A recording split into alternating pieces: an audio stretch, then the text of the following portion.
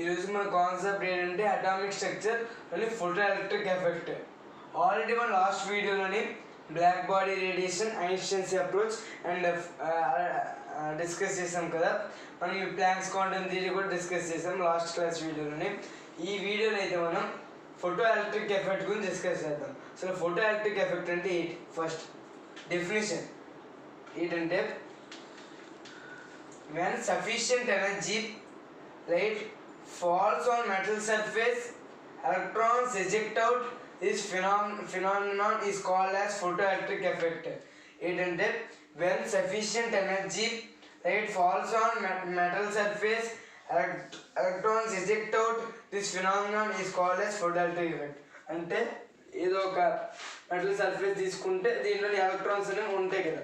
ఎప్పుడైతే లైట్ అనేది దీని మీద ఫాల్ అయిందంటే ఒక సర్టెన్ టెంపరేచర్ దగ్గర అది ఎలక్ట్రాన్స్ అనేవి బయటికి ఎజెక్ట్ అవుతాయి. This phenomenon is called as photo electric effect. Photo electric effect photo electric effect అంటే ఎప్పుడైతే లైట్ అనేది ఒక మెటల్ సర్ఫేస్ని కొలైడ్ అయిందో అప్పుడు కొన్ని ఎలక్ట్రాన్స్ అనేవి బయటకు వస్తాయి. దాన్ని ఫోటో ఎలక్ట్రిక్ ఎఫెక్ట్ అంటారు. ఈ ఫోటో ఎలక్ట్రిక్ ఎఫెక్ట్ మీద న్యూమరికల్స్ చేయాలంటే దీనికి కొన్ని టెర్మినాలజీస్ కావాలి. వర్క్ ఫంక్షన్, థ్రెషోల్డ్ ఫ్రీక్వెన్సీ, అలా కొన్ని వీటికి టెర్మినాలజీ కావాలి. ఆ టెర్మినాలజీ నుండి మనం ఫార్ములాస్ అనేది క్రియేట్ చేస్తాం. ఫస్ట్ వర్క్ ఫంక్షన్ అంటే ఏంటి? The minimum energy required to just eject the electron from the metal surface. The minimum energy required to just eject the electron from the metal surface. దీని meaning ఏంటి అంటే దీనికి అర్థం అవడానికి ఏంటంటే, మనకి ఇప్పుడు ఒక సినిమాకి వెళ్ళాలి. సినిమా యొక్క టికెట్ కాస్ట్ 150 రూపీస్. మనం సినిమాకి 150 రూపీస్ తీసుకెళ్తే 150 రూపీస్ అనేది మినిమం కాస్ట్ ప్రైస్. 150 మినిమంగా తీసుకెళ్ళాలి. 150 కంటే అబోవ్ తీసుకెళ్తే అక్కడ మనం ఏమైనా పర్చేస్ చేయడానికి యూజ్ అవుతుంది. మినిమం 150. ఆ 150 కూడా తేకపోతే మన సినిమా చూడలేము. ఆ మినిమం 150 కంటే ఎక్కువ తెస్తే మనం ఏం పర్చేస్ చేయాలి. కానీ మినిమం 150 ఉంటేనే మన సినిమా ఏం చూడగలం. దాన్ని మినిమం ఎనర్జీ అంటే మన ఎలక్ట్రాన్స్ని ఎజెక్ట్ చేయడానికి మినిమం ఎనర్జీ ఉండాలి కదా. ఆ ఎనర్జీని వర్క్ ఫంక్షన్ అంటాం. The minimum energy required to just eject the electron from the metal surface, దాన్ని వర్క్ ఫంక్షన్ అంటాం. నెక్స్ట్ థ్రెషోల్డ్ ఫ్రీక్వెన్సీ అంటే ఏంటంటే, minimum frequency required to eject electron. అంటే ఇది ఇక్కడ ఎనర్జీ మినిమంగా ఉంటే వర్క్ ఫంక్షన్ అంటాం. ఫ్రీక్వెన్సీ మినిమం, ఆ minimum frequency required to eject electron eject చేయడం అంటే ఎలక్ట్రాన్ని బయటకు రావడం, దాన్ని థ్రెషోల్డ్ ఫ్రీక్వెన్సీ అంటారు. అది మినిమం ఫ్రీక్వెన్సీ అయితే థ్రెషోల్డ్ ఫ్రీక్వెన్సీ అంటారు. మనం ఇప్పుడు నెక్స్ట్ ఫోటో ఎలక్ట్రిక్ ఎఫెక్ట్లో వర్క్ ఫంక్షన్ గురించి, థ్రెషోల్డ్ ఫ్రీక్వెన్సీ గురించి డిస్కస్ చేసాం కదా. ఇప్పుడు న్యూమరికల్స్కి ఎక్కువగా యూజ్ అయ్యే ఫార్ములా ఏంటంటే E equals to work function plus kinetic energy. E equals to work function plus kinetic energy. అసలు ఈ ఫార్ములా ఎలా వచ్చిందంటే జస్ట్ నార్మల్గా చెప్పొచ్చు. మనం తీసుకునే ఎనర్జీ అనేది మినిమం ఎనర్జీ. అంటే మనం ఇప్పుడు కొంత ఎనర్జీ తీసుకున్నాము, అది దాంట్లో కొంచెం మినిమం ఎనర్జీ, మిగిలింది కైనెటిక్ ఎనర్జీ. అంటే తీసుకున్న ఎనర్జీలోనే కొంచెం ఎనర్జీ యూజ్ అవుతుంది, మిగిలిన ఎనర్జీ కైనెటిక్ ఎనర్జీగా బయటకు వచ్చేస్తుంది. టోటల్ ఎనర్జీలోనే మినిమం ఎనర్జీ వరకు వర్క్ ఫంక్షన్ అవుతుంది, మిగిలిన రిమైనింగ్ ఎనర్జీ కైనెటిక్ ఎనర్జీ కింద బయటకు వస్తుంది. ఫర్ ఎగ్జాంపుల్, మనం ఏదైనా ఎలక్ట్రాన్ని ఎజెక్ట్ చేయడానికి మనకి టోటల్గా 3 eV కావాలి. ఎలక్ట్రాన్ ఎజెక్ట్ చేయడానికి దాని యొక్క వర్క్ ఫంక్షన్ 2 eV. అంటే మినిమం అంటే ఈ మిగిలిన కైనెటిక్ ఎనర్జీ కూడా ఎజెక్ట్ అవ్వడానికి యూజ్ అవుతుంది, కానీ అది అంతగా యూజ్ అవ్వదు. దాని టోటల్ ఎనర్జీ ఎజెక్ట్ అవ్వాలంటే 3 eV. దాని యొక్క వర్క్ ఫంక్షన్ 2 eV అయితే కైనెటిక్ ఎనర్జీ అంత. అంటే total energy 3 eV, work function 2 eV ఇచ్చారు. అంటే 3 eV equals to 2 eV plus KE.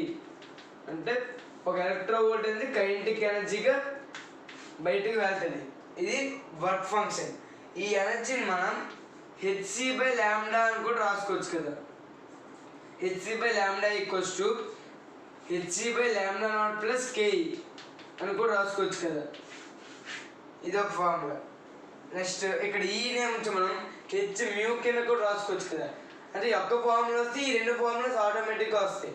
H mu naught plus KE ఇది ఒక ఫార్ములా. ఇలాగ ఈ 3 ఫార్ములాస్ కూడా మనం చెప్పవచ్చు. ఇది ఒక్క ఫార్ములా. టోటల్ ఎనర్జీ అంటే వర్క్ ఫంక్షన్, మినిమం ఎనర్జీ మనం తీసుకోవడానికి యూస్ అవుతుంది, మిగిలిన ఎనర్జీ అవుట్ సైడ్ వెళ్తుంది. అది ఇది formula. Energy equals work function plus kinetic energy. ఇది ఎక్కువ న్యూమరికల్స్ యూజ్ అవుతుంది. నెక్స్ట్ ఏంటంటే మనం ఇచ్చిన ఏదైనా మెటల్ సర్ఫేస్కి ఇంటెన్సిటీ ఇంక్రీజ్ అయితే నెంబర్ ఆఫ్ ఫోటో ఎలక్ట్రాన్స్ అది ఇంక్రీజ్ అవుతుంది, బట్ నాట్ కేఈ. అంటే మనం ఏదైనా ఇచ్చిన మెటల్ సర్ఫేస్కి ఇంటెన్సిటీని మనం పెంచితే దాని యొక్క నెంబర్ ఆఫ్ ఫోటో ఎలక్ట్రాన్స్ పెడతాయి, బట్ నాట్ కైనెటిక్ ఎనర్జీ. ఇది ఎక్కువగా థియరీ క్వశ్చన్స్లో యూజ్ చేస్తారు. ఏంటంటే when we increase intensity,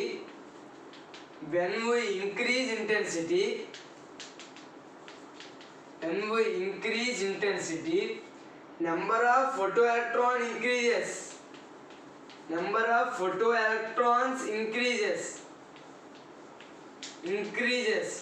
but not kinetic energy, అదే మనం ఫ్రీక్వెన్సీని ఇంక్రీజ్ చేస్తే number of photo electrons increase అవ్వవు, కైనెటిక్ ఎనర్జీ ఇంక్రీజ్ అవుతుంది.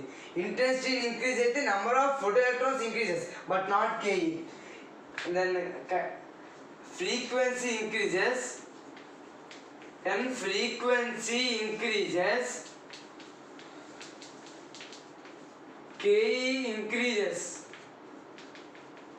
KE increases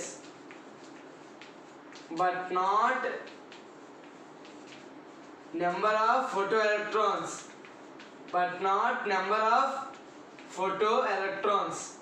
intensity increase అయితే number of photoelectrons increase అవుతాయి, బట్ నాట్ కేఈ. అదే ఫ్రీక్వెన్సీ ఇంక్రీజ్ అయితే కైనెటిక్ ఎనర్జీ ఇంక్రీజ్ అవుతుంది, బట్ నాట్ ఫోటోఎలక్ట్రాన్స్. అది మనం నెక్స్ట్ ఫోటో ఎలక్ట్రిక్ ఎఫెక్ట్లోని ఇందాక వరకు డిస్కస్ చేస్తాం కదా. ఇప్పుడు నెక్స్ట్ స్పెక్ట్రమ్ అనే కాన్సెప్ట్ డిస్కస్ చేస్తాం. ఇప్పుడు స్పెక్ట్రమ్ అంటే ఏంటంటే అంటే నువ్వు ఒక పాయింట్ సోర్స్లో నుంచి ప్రిజం తీసుకుంటే దీంట్లోని లైట్ పంపిస్తే ఇది 7 కలర్స్ కింద డిఫ్యూజ్ అవుతుంది. 7 కలర్స్ కింద డిఫ్యూజ్ అవుతుంది. దీనే విబ్జిఆర్ అంటాం. Violet, indigo, blue, green, yellow, orange, red. దీనే విబ్జిఆర్ అని కూడా అంటాం. అంటే ఒక పాయింట్ సోర్స్ ఆఫ్ లైట్ని తీసుకొని ప్రిజం ద్వారా దాన్ని పంపిస్తే అది 7 కలర్స్ కింద డిస్పర్స్ అవుతుంది. దాన్ని విబ్జిఆర్ కలర్స్ అంటాం. ఈ ప్రాసెస్ని డిస్పర్షన్ అంటాము. ఈ స్పెక్ట్రమ్ అనేది ఒక 2 టైప్స్ కింద డివైడ్ అయింది. ఈ స్పెక్ట్రమ్ అదే 2 బేసిస్లో డివైడ్ అయింది. First one continuous spectrum and discontinuous spectrum. Continuous spectrum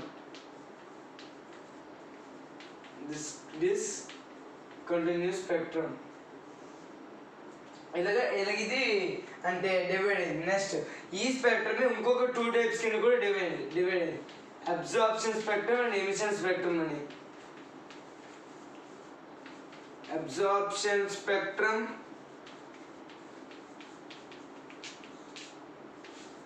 emission spectrum ఇలాగ 2 టైప్స్ కింద. ఎందుకు క్లాసిఫై అవ్వడానికి మెయిన్ రీజన్ ఎందుకంటే ఇది ఎలా క్లాసిఫై అయిందంటే మెర్జింగ్, అది ఎలా కంపేర్ అయింది, ఎలా మెర్జ్ అయిందో చెప్పడానికి అది 2 టైప్స్ కింద డివైడ్ అయింది. ఇది అబ్జార్ప్షన్, ఎమిషన్ చెప్పడానికి ఇది 2 టైప్స్ కింద డివైడ్ అయింది. ఇది మెర్జింగ్ చెప్పడానికి కంటిన్యూస్ డిస్కంటిన్యూస్గా డివైడ్ అయింది. ఇది అబ్జార్ప్షన్ ఎమిషన్ని ఎలాగ అబ్జార్బ్ అయింది, ఎలాగ ఎమిషన్ అయింది చెప్పడానికి. Absorption and emission spectrum. Spectrum అంటే ఏంటి? ఒక పాయింట్ సోర్స్ ఆఫ్ రే నుండి మనం ఒక స్పెక్ట్రమ్ నుండి పంపిస్తే అది 7 కలర్స్ కింద డిస్పర్స్ అవుద్ది. దాన్ని విబ్జిఆర్ అని కూడా అంటాము. దీన్నే డిస్పర్షన్ అంటాం. నెక్స్ట్ స్పెక్ట్రమ్ అంటే 2 టైప్స్ కింద డివైడ్ అయింది. First basing on merging, basing on absorption and emission. Merging ప్రకారం ఎలా డివైడ్ అయిందంటే continuous spectrum and discontinuous spectrum. And absorption ఎమిషన్కి ఎలా డివైడ్ అయిందంటే absorption spectrum and emission spectrum. ఈ మెర్జింగ్ ప్రకారంగా కంటిన్యూస్ స్పెక్ట్రమ్ అంటే ఏంటి, డిస్కంటిన్యూస్ స్పెక్ట్రమ్ అంటే ఏంటంటే, కంటిన్యూస్ స్పెక్ట్రమ్ అంటే అన్నీ దగ్గరగా మెర్జ్ అయిపోయి ఉంటాయి, దగ్గరగా క్లోజ్గా మెర్జ్ అయిపోయి ఉంటాయి. దీన్నే కంటిన్యూస్ స్పెక్ట్రమ్ అంటాం.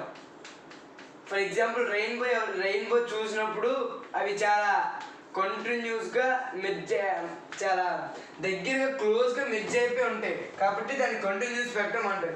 డిస్కంటిన్యూస్ స్పెక్ట్రమ్ అంటే అది మరి మెర్జ్ అయిపోయి ఉండదు, మధ్యలో గ్యాప్స్లోకి వస్తాయి. దీన్ని డిస్కంటిన్యూస్ స్పెక్ట్రమ్ అంటారు. కంటిన్యూస్ స్పెక్ట్రమ్ అంటే అది క్లోజ్గా మెర్జ్ అయిపోయి ఉంటుంది, దాన్ని కంటిన్యూస్ స్పెక్ట్రమ్ అంటారు. డిస్కంటిన్యూస్ స్పెక్ట్రమ్ అంటే మధ్యలో గ్యాప్స్ వస్తాయి, దాన్ని డిస్కంటిన్యూస్ స్పెక్ట్రమ్ అంటారు. All atomic spectrums are discontinuous spectrum. మనం ఏ అటామిక్ స్పెక్ట్రమ్ తీసుకున్నా అది డిస్కంటిన్యూస్ స్పెక్ట్రమే అవుతుంది. Next, according to absorption emission మనకి ఇంకో 2 టైప్స్కి డివైడ్ అయింది, absorption spectrum and emission spectrum. మనం నార్మల్గా ఏదైనా ఎనర్జీని ఏదైనా యాటమ్కి పంపిస్తే అది ఎక్సైటేషన్ డీఎక్సైటేషన్ జరుగుతుంది కదా. మనం ఇప్పుడు ఎక్సైటేషన్ డీఎక్సైటేషన్ జరుగుతుంది కదా. మనం next emission spectrum and absorption స్పెక్ట్రమ్లో ఫస్ట్ టైప్ ఆల్రెడీ డిస్కస్ చేసాం. సెకండ్ టైప్ ఏంటంటే absorption spectrum and emission spectrum గురించి డిస్కస్ చేద్దాం. ఇప్పుడు absorption spectrum and emission spectrum. Absorption spectrum and emission spectrum already first type discuss చేసాం. Merging గురించి already discuss చేసాం, continuous spectrum and discontinuous spectrum అని. ఇప్పుడు స్పెక్ట్రమ్లో second type basis of absorption ఎమిషన్లోని absorption spectrum and emission spectrum గురించి discuss చేద్దాం. First absorption spectrum ఎలా ఫామ్ అవుతుందంటే, మనం ఒక యాటమ్ తీసుకుంటే ఎప్పుడైనా దీనికి ఒక సర్టైన్ ఫ్రీక్వెన్సీతో ఎనర్జీ అనేది ప్రొవైడ్ అయితే ఇక్కడ ఈ ఆర్బిట్స్లో ఉన్న ఎలక్ట్రాన్స్ అనేవి హయ్యర్ ఎనర్జీ స్టేట్కి జంప్ అవుతాయి. హయ్యర్ ఎనర్జీ స్టేట్కి ఎప్పుడైతే జంప్ అవుతాయో అవి ఎనర్జీ రిలీజ్ చేస్తాయి. అంటే నార్మల్గా ఉన్నప్పుడు నార్మల్ ఆర్బిట్స్లో ఉంటాయి, ఎప్పుడైతే వాడికి సర్టైన్ ఎనర్జీ వచ్చిందో అవి ఉన్న ఆర్బిట్ కాకుండా పైన ఆర్బిట్స్కి జంప్ అవుతాయి. అలా జంప్ అయినప్పుడు కొంచెం ఎనర్జీని అవి రిలీజ్ చేస్తూ ఉంటాయి, ఎనర్జీని అబ్జర్వ్ చేస్తాయి. ఎప్పుడైతే వాడి సర్టైన్ ఎనర్జీ కావాలి కాబట్టి అవి ఆ ఎనర్జీని అబ్జర్వ్ చేసుకొని అవి వాటి యొక్క హైయెస్ట్ స్టేజ్కి వెళ్తాయి. అది ఫస్ట్ అబ్జార్ప్షన్ స్పెక్ట్రమ్. అంటే మనం ఒక పాయింట్ సోర్స్ నుండి ఒక వేపర్ సబ్స్టెన్స్ ఏదైనా ఒక వేపర్ సబ్స్టెన్స్ నుండి పాయింట్ సోర్స్ ఆఫ్ లైట్ మనం పంపిస్తే దానిని ఒక స్పెక్ట్రమ్లో పంపిస్తే మనకి కొన్ని లైన్స్ లాగా ఫామ్ అవుతాయి. కానీ ఫస్ట్ దానికి కలర్ ఉంది, సెకండ్ దానికి డార్క్గా అవుతుంది, డార్క్ వస్తుంది.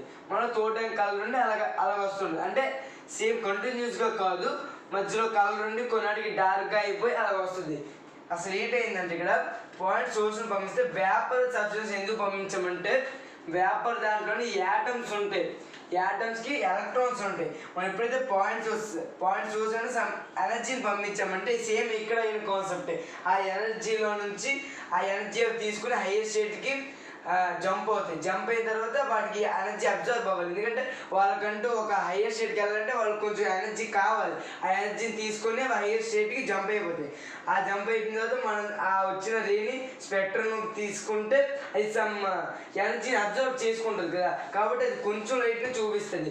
అబ్జర్వ్ చేసిన లైట్ని అది అంత ఈజీగా చూపిస్తుంది. కాబట్టి అబ్జర్వ్ చేసిన ప్లేస్ చోట మనకి డార్క్గా బ్లాక్గా కనిపిస్తుంది. ఇది అబ్జార్ప్షన్ స్పెక్ట్రమ్.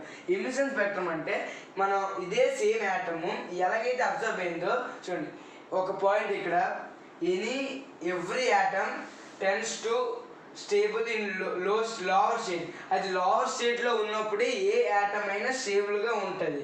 కానీ అది సడన్గా ఎనర్జీ దానికి వచ్చేసరికి ఆ హైయర్ స్టేట్కి జంప్ అయిపోతుంది. కానీ ఏ యాటమ్ అయినా దాని యొక్క లోవర్ స్టేట్లో ఎలక్ట్రాన్స్ ఉంటేనే అది ఎక్కువగా స్టేబుల్గా అవుతుంది. కాబట్టి ఇది హైయర్ స్టేట్లో ఎక్కువసేపు ఉండలేవు, మళ్ళీ తిరిగి జంప్ అయిపోతుంది. చూడండి, every atom has more stable lower state, more stable in lower state. కాబట్టి మళ్ళీ వెంటనే డీఎక్సైట్ అయిపోతుంది. ఎలాగైతే ఎంత ఎనర్జీ తీసుకొని ఎక్సైట్ అయితే మళ్ళీ అలాగే డీఎక్సైట్ అయిపోతుంది. లోవర్ స్టేట్లో మనకి ఎక్కువ స్టేబుల్ ఉంటుంది. అందుకని ఆల్రెడీ ఇక్కడ వేపర్ సబ్స్టెన్స్లో అబ్జర్వ్ అయిపోయిన ఎనర్జీని, కాబట్టి అబ్జర్వ్ అయిపోయింది ఎనర్జీ, కాబట్టి సమ్ డార్క్ బ్యాక్గ్రౌండ్స్ వచ్చాయి. ఆ అబ్జర్వ్ అయిన ఎనర్జీని మళ్ళీ మనం తీసుకురావాలంటే అదే వేపర్ సబ్స్టెన్స్ని మనం కొంతసేపు చూస్తే స్పెక్ట్రాలో చూసాం అనుకోండి, ఇక్కడ అది మళ్ళీ డీఎక్సైట్ అయిపోతే ఏ ఎనర్జీని అబ్జర్వ్ చేసి మళ్ళీ ఎనర్జీ అది తీసుకుంటుంది. చూడండి, ఎప్పుడైతే అది ఎక్సైట్ అవుతుందో వాటి గురించి ఎనర్జీ అబ్జర్వ్ చేసుకుంటుంది. ఎందుకంటే వాటి ఎనర్జీ ఉంటేనే అవి jump to the upper state.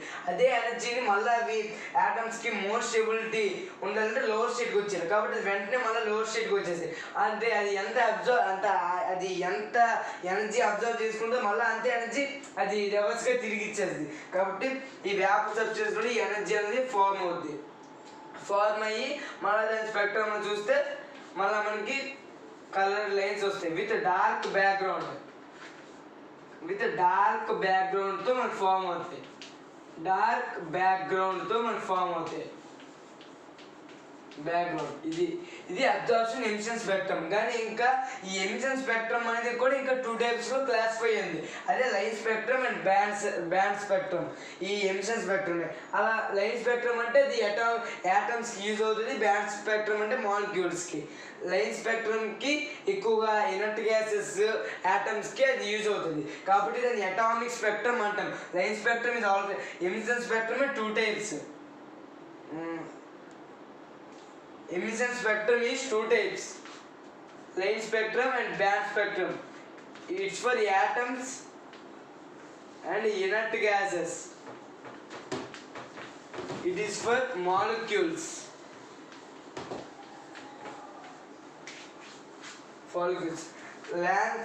Line spectrum అనేది యాటమ్స్ ఇనర్ట్ గ్యాస్, కాబట్టి దీన్ని అటామిక్ స్పెక్ట్రమ్ అని కూడా అంటారు. ఇది ఎప్పుడైతే మన డీఎక్సైట్ అయ్యిందో ఇది షార్ప్ డిస్టింక్ట్ లైన్స్ ఫార్మ్ అవుతుంది, కాబట్టి ఇది లైన్ స్పెక్ట్రమ్ అంటాం. ఇక ఓన్లీ డీఎక్సైట్ గురించి మాట్లాడుతుంది. ఇది మనం తీసుకుంటే ఎమిషన్ స్పెక్ట్రమ్లోనే లైన్ స్పెక్ట్రమ్, బ్యాండ్ స్పెక్ట్రమ్. ఎప్పుడైతే అది యాటమ్స్లో తీసుకుంటే షార్ప్ డిస్టెన్స్ లైన్స్ ఫార్మ్ అవుతాయి, కాబట్టి అటామిక్ స్పెక్ట్రమ్ అంటాం. అదే మనం బ్యాండ్ స్పెక్ట్రమ్ తీసుకుంటే అది రొటేషన్స్తోని వైబ్రేషన్స్తోని ఫార్మ్ అవుతుంది, కాబట్టి దీన్ని మాలిక్యూల్ స్పెక్ట్రమ్ ఉంటుంది. ఇది మాలిక్యూల్స్కే యూజ్ అవుతుంది, కాబట్టి దీన్ని మాలిక్యూల్ స్పెక్ట్రమ్ అంటాం. ఇది స్పెక్ట్రమ్లో మనం ఇలా డిస్కస్ చేస్తాం.